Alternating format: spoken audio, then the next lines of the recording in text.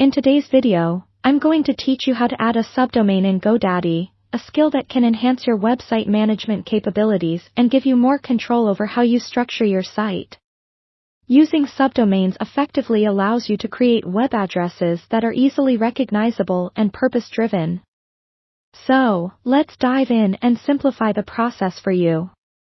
To get started, you'll want to log into your Godaddy account.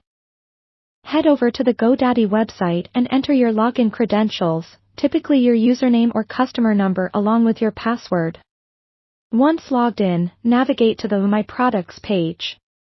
This is essentially your control hub, where you'll find a list of all your domains. Find the domain for which you want to add a subdomain.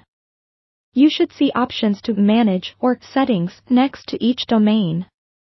Click on the Manage DNS or DNS option, as this will take you to the DNS management page where the magic happens.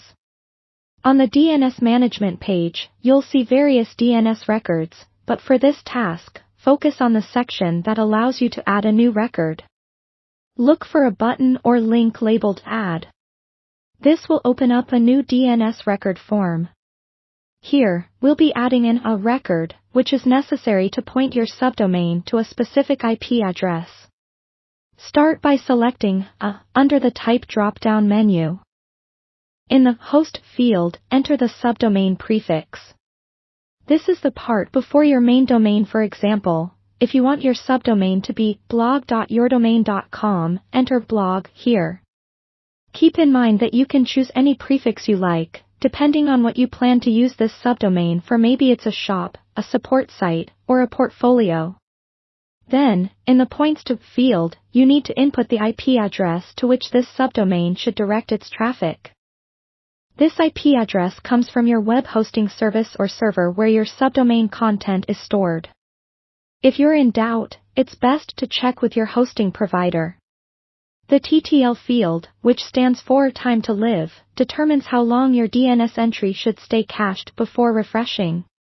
Often, the default setting here is fine, but you can adjust it according to your specific needs. A common choice is to leave it at an hour. Once you've filled out your details, click Save. This action will add your new record and you'll find it added to the list of records on your DNS management page. DNS changes might take anywhere from a few minutes to a few hours to propagate across the internet, so be patient if your subdomain doesn't work immediately. And there you have it. By following these steps, you have successfully added a subdomain to your domain through Godaddy. Understanding this process not only enhances your website's functionality but also gets you one step closer to becoming a domain management pro. Thanks for watching, and I hope this tutorial makes working with subdomains a breeze for you.